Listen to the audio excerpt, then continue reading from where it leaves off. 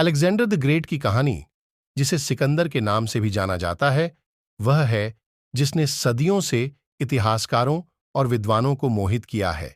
उनकी विजय और साम्राज्य निर्माण की रणनीति कई पुस्तकों, फिल्मों और वृत्तचित्रों का विषय रही है। लेकिन उनकी जीत और विजय की सभी कहानियों के बीच एक सवाल है जो अक्सर उठता है: अलेक्जेंडर ने भारत के अपने आक्रमण से महान क्यों मोड़ दिया?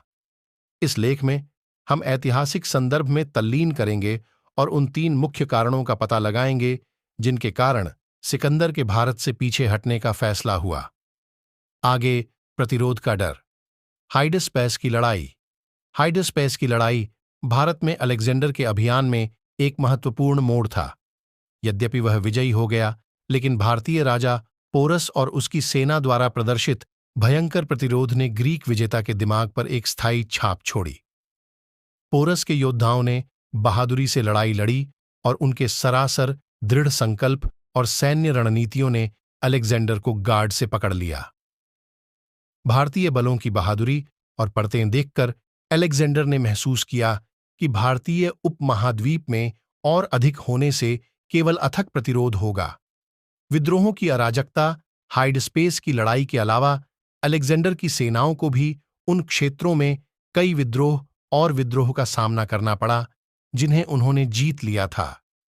मैसेडोनियन सेना को स्थानीय आबादी से लगातार विद्रोहों से निपटना पड़ा, जिसने उनके संसाधनों को सूखा दिया और उनकी सैन्य क्षमताओं को बढ़ाया।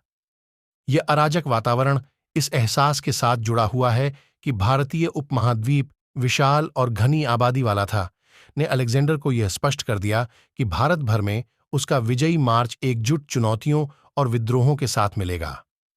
थकावट और समेकित करने की इच्छा। लंबे समय तक अभियान। भारत में अलेक्जेंडर के अभियान को लंबी लड़ाई, विश्वासघाती इलाकों और कठोर मौसम की स्थिति से चिह्नित किया गया था। लगातार युद्ध और तार्किक चुनौतियों ने अपने सैनिकों की शारीरिक और मानसिक कल्याण दोनों पर एक टोल लिया। उल्लेखनीय जीत हासिल करने के बावजूद अलेक्जेंडर के लिए यह स्पष्ट हो गया कि उसके लोग थक गए थे और आराम करने और पुनरावृत्ति करने के लिए समय की आवश्यकता थी। इसके अलावा अपने साम्राज्य को मजबूत करने और पहले से ही विजिट भूमि में अपने क्षेत्रों को सुरक्षित करने की इच्छा एक सम्मोहक कारक बन गई। इस प्रकार अलेक्जेंडर ने भारत में अपनी अग्रिम को रोकने का फैसला किया और उन क्षेत्रों में अपनी स्थिति को मजबूत करने के लिए वापस मुड़े जिन्हें उन्होंने पहले ही जीत लिया था। घर वापसी और ग्रीस के लिए लालसा। अलेक्जेंडर न केवल एक सैन्य नेता था, बल्कि एक राजनेता भी था। जैसे जैसे साल बीतते गए, अपनी मातृभूमि ग्रीस में लौटने की उसकी इच्छा तेज हो गई।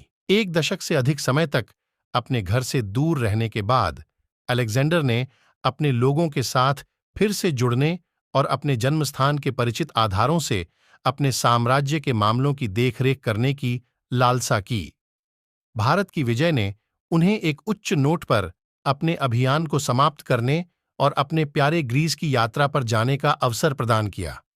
अपनी मातृभूमि की लालसा और विजय के वर्षों से थकावट ने भारत से पीछे हटने और घर के लिए पाल सेट करने के अपने फैसले में महत्वपूर्ण भूमिका निभाई।